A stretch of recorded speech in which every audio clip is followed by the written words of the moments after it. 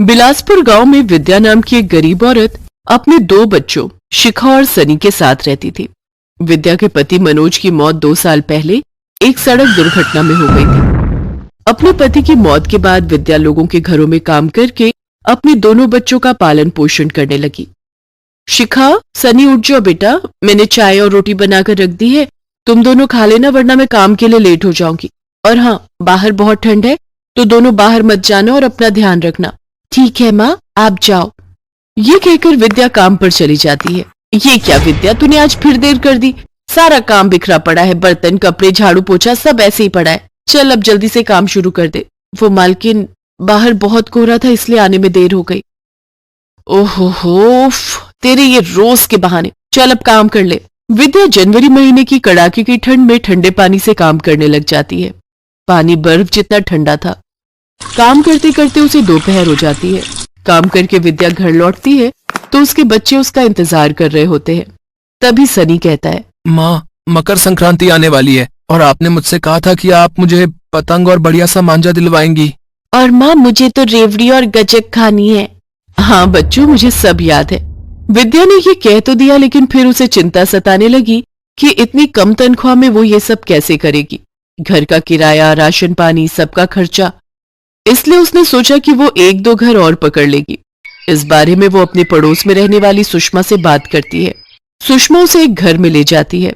Ma'am साहब, आपने कहा था ना मेरी मालकिन को कि आपको एक काम वाली की जरूरत है। ये विद्या है और इसे काम की जरूरत है, इसे रख लीजिए, आपको शिकायत का कोई मौका नहीं देगी। क्या नाम है तुम्हारा? जी विद्या। लेकिन मुझे काम वाली की जरूरत शाम को है, सुबह तो मैं ऑफिस जाती हूँ, क्या तुम कर पाओगी? ठीक है मेम साहब, लेकिन मुझे आपसे बात करनी थी।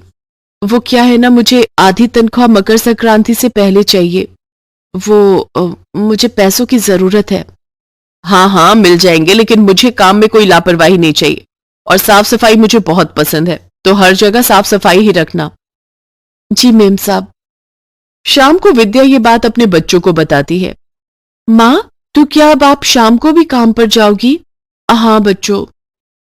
मेरा बेटा, मैं जानती हूँ तू बड़ा हो जाएगा तो मुझे काम करने की जरूरत ही नहीं पड़ेगी।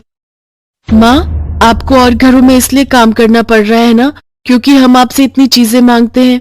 माँ, तुम शाम का काम छोड़ दो, हम कुछ नहीं मांगेंगे, हमें कुछ नहीं चाहिए, बस तू चाहिए। नहीं बेटा, ऐसी बात नहीं है, बस थोड़े पैसे ज्यादा आ जाएंगे तो मेरा हाथ खुल जाएगा।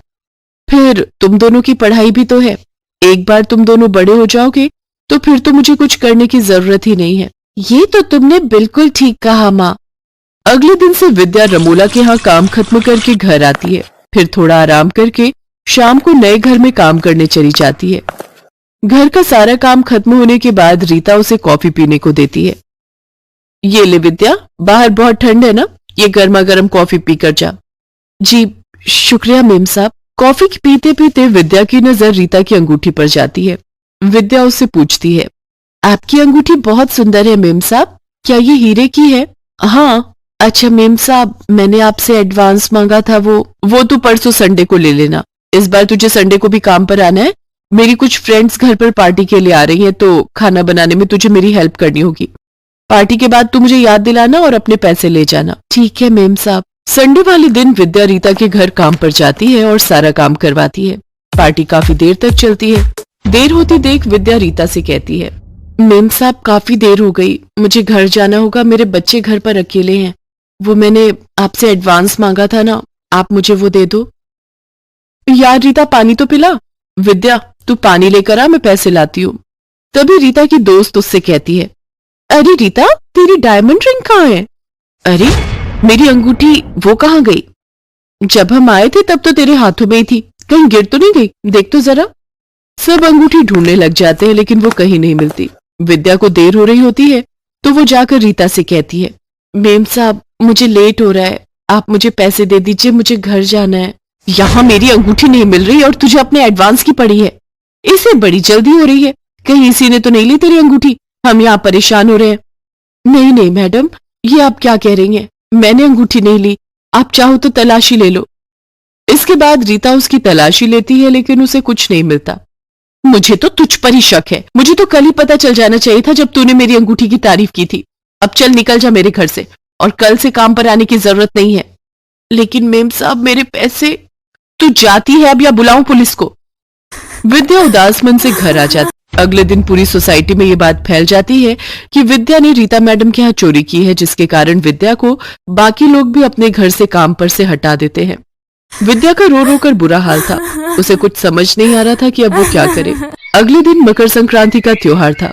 जहाँ एक तरफ सब मकर संक्रांति का त्योहार मना रहे थे, तो वहीं विद्या के घर पर तो मानो मातम छाया हुआ था। दोनों बच्चे उदास अपनी किताब लेकर बैठे हुए थे। तो वहीं विद्या अपने बच्चों को देख ये सोच रही थी कि मैं अपने बच्चों की इतनी सी ख्वाहिश भी पूरी नहीं कर पाई। तभी घंटी बजती है। शिखा दरवाजा खोलती है और रीता उसके साथ अंदर आती है। रीता के हाथ में काफी सारी पतंग, मांझा और ढेर सारी मिठाइयां, रेबड़ी और गजक होती है। उसे अपने घर में देख विद्या कहती है, मेम साहब मैंने आपकी अंगूठी नहीं ली, मैं सच कह रही हूँ। अब तो सबने मुझे काम से भी निकाल दिया है। मुझे माफ कर दो विद्या, दरअसल इसमें तुम्हारी गलती नहीं है। मैंने ही उस दिन आटा गूंथते वक्त अपनी अंगूठी निकालकर किचन में रख दी थी। वो तो आज जब मेरी नजर उस पर गई तब मुझे पता चला कि तुम बिल्कुल सच कह रही थी। तुम मुझे माफ कर दो। नहीं नहीं मेम साहब, ऐसा मत कहो। आपको आपकी अंगूठी मिल गई, यही मेरी ईमानदारी का सबूत है। बच्चों इधर आओ, ये लो ढेर सारी पतंग, मांझा और मिठाइयां, गुड़पट्टी और मूंगफली मैं तुम्हारे लिए लाई हूं। अब तुम अपनी मकर संक्रांति का त्योहार खुशी खुशी मनाओ। और हाँ, हमेशा तुम अपनी मम्मी की तरह बनने की कोशिश करना, एकदम ईमानदार। मेम साहब आपका बहुत बहुत धन्यवाद। विद्या ये लो तुम्हारा एडवांस, तुम ये त्योहार खुशी खुशी मनाना। और हाँ, कल से काम पर आ जाना, और मैं तुम्हारी दूसरी मालकिनों को भी बोल दूंगी कि वो तुम्हें काम पर वापस रख ले। रीता वहां से चली जाती है। इसके बाद बच्चे आकर अपनी माँ से लिपट जाते हैं और कहते हैं, हमारी माँ दुनिया की सबसे अच्छी माँ है। फिर वो सब साथ में मिलकर मिठाइयां खाते हैं। फिर सनी और शिखा अपनी माँ के साथ खूब पतंग उड़ाते हैं और खुशी खुशी मकर संक्रांति का त्योहार मनाते हैं। डॉक्टर डॉक्टर मेरा बेटा कैसा है? प्लीज मेरे रोहन को बचा लीजिए डॉक्टर, मेरे रोहन को बचा लीजिए। घबराइए नहीं, जो मूंगफली बेचने वाली आपके रोहन को जख्मी हालत में हॉस्पिटल लाई थी, उसका ब्लड ग्रुप रोहन के ब्लड ग्रुप से मैच हो गया। अब घबराने की कोई बात नहीं है। रोहन का ऑपरेशन सक्सेसफुल रहा। रोहन बहुत जल्द ही ठीक हो जाएगा। डॉक्टर क्या मैं उनको देख सकती हूँ जिन्होंने मेरे बच्चे की जान बचाई है? जी बिल्कुल। सिस्टर, इन्हें पेशेंट के पास ले जाइए। वो सामने जो बेड पर लेटी हुई है, उन्होंने ही आपके बेटे की जान बचाई है। माँ जी, ये तो माँ जी है। आज रोहन अपनी दादी के कारण जिंदा है, और मैंने इनके साथ क्या क्या नहीं किया। हे भगवान, मुझसे कितना बड़ा पाप हो गया। मैं माँ जी के साथ दुर्व्यवहार न करती तो उस दिन। जो औरत खड़ी रो रही है उसका नाम सुषमा है, और जो बिस्तर पर लेटी है वो सुषमा की सास नर्मदा है। नर्मदा यानी कि रोहन की दादी। आखिर उन्हें मूंगफली बेचने पर मजबूर क्यों होना पड़ा, और इतनी गरीबी के दिन क्यों देखने पड़े? बेटा बहू के होते हुए नर्मदा की जिंदगी में ऐसा तूफान क्यों आया कि उसे एक दिन घर छोड़ने पर मजबूर होना पड़ा? इस कहानी को पूरी तरह जानने के लिए हम इसे 1 साल पीछे ले जाते हैं। अरे माँ जी, कब तक एक पतीले को बार बार मांजती रहोगी? आपको कितनी बार कहा है थोड़ा जल्दी हाथ चला लिया करो। शाम की पार्टी का समय हो रहा है, मेहमान आने वाले होंगे। अनिल देखना जरा रोहन सोकर उठा या नहीं। वो तो कब का उठ गया, आज उसका जन्मदिन है। इस बात को लेकर पूरी रात नहीं सोया। जल्दी उठकर नहा धोकर तैयार भी हो गया। अब अपने दोस्तों को फोन मिला रहा है। अनिल बेटा, आज रोहन का जन्मदिन है। मुझे तो याद ही नहीं। उसे मेरे हाथ का केक बहुत पसंद है। मैं उसके लिए आज अपने हाथों से केक बनाऊंगी। कोई जरूरत नहीं है केक बनाने की, मैंने बाजार से महंगा केक ऑर्डर कर दिया है। आप खाना बना लो, यही बहुत बड़ी बात है। केक बनाने में अपना समय लगाने की कोई जरूरत नहीं है। ये केक वगैरह छोड़ो माँ, आप बस खाने की तैयारी कर लेना। अच्छा, मैं बाजार जा रहा हूँ, थोड़ा सामान लाना बाकी रह गया है। रुको, मैं भी तुम्हारे साथ चलती हूँ, मुझे भी कुछ काम है। सुषमा अनिल के साथ बाजार चली जाती है। तभी रोहन अपनी दादी के पास आता है। दादी, आप पापा मम्मी को बोलने दो, आप मेरे लिए अपने हाथों से केक बना दो। मुझे आपके हाथों का केक बहुत अच्छा लगता है। ठीक है मेरे बच्चे, मैं बना दूंगी। एक काम करती हूँ, जल्दी से खाना बना लेती हूँ, फिर उसके बाद केक बनाने का समय मिल जाएगा। अनिल और सुषमा भी गुस्सा नहीं करेंगे। नर्मदा मेहमानों के लिए सारा खाना तैयार करती है और उसके बाद बहुत ही बढ़िया और सुंदर केक भी बनाती है। माताजी, आप अकेली कितना काम करोगी? कुछ काम मुझे भी करने दिया करो। नहीं राजू बेटा, तुम पहले ही इस घर में इतना काम करते हो, कितने चक्कर तो तुम्हारे बाजार के लग जाते हैं। सब्जियां लाने में, धोने में, काटने में तुम मेरी कितनी मदद कर देते हो। थोड़ी देर तुम आराम कर लो, तब तक मैं काम कर लूंगी। माताजी कितनी अच्छी हैं, पर उन्हें कैसे बहू बेटे मिले हैं जो अपनी माँ को माँ कम नौकरानी ज्यादा समझते हैं। सचमुच मेरे से ये सब देखा नहीं जाता, पर क्या करूं, मुझ गरीब की मजबूरी है कि मुझे यहाँ नौकरी करनी पड़ रही है। पर जिस घर में माँ का अपमान हो, उस घर में मैं 2 मिनट भी नहीं रुकना चाहता। दरवाजे की घंटी बज रही है। जा बेटा दरवाजा खोल दे। लगता है सुषमा और अनिल आ गए हैं। केक तैयार हो गया है, अभी से फ्रिज में रख देती हूँ। रोहन के जन्मदिन की पार्टी की सारी तैयारियां हो जाती हैं। शाम के समय मेहमान आने शुरू हो जाते हैं। सब लोग केक कटने का इंतजार कर रहे थे। रोहन बेटा देखो, हम तुम्हारे लिए कितना सुंदर केक लेकर आए हैं। चलो जल्दी से केक काटो। रुको मम्मी, पहले मैं दादी के हाथों का बनाया हुआ केक काटूंगा। नर्मदा ने घर पर दूध और मेवों से केक तैयार किया था। रोहन ने पहले वही केक काटा और बाद में उसने दूसरे केक काटे। ये देखकर सुषमा गुस्से से जल भुन गई और मेहमानों के जाने के बाद सुषमा ने बहुत लड़ाई की और उस केक को भी डस्टबिन में फेंक दिया जो केक नर्मदा ने रोहन के लिए बनाया था। मम्मी, वो केक दादी माँ ने मेरे लिए इतने प्यार से बनाया था, आपने डस्टबिन में फेंक दिया। मैं आपसे कभी बात नहीं करूंगा। रोहन, रुको रोहन। आज आपकी वजह से मेरा बेटा मेरे से नफरत कर रहा है। अब मैं आपको इस घर में एक पल भी नहीं रहने दूंगी। अनिल, या तो इस घर में ये रहेंगी या मैं। हम दोनों एक साथ यहाँ नहीं रह सकते। मैं नहीं चाहती कि मेरा बेटा मुझसे दूर हो जाए। तुम्हें कहीं जाने की जरूरत नहीं है, मैं इन्हें ही कल सुबह वृद्धाश्रम छोड़ाऊंगा।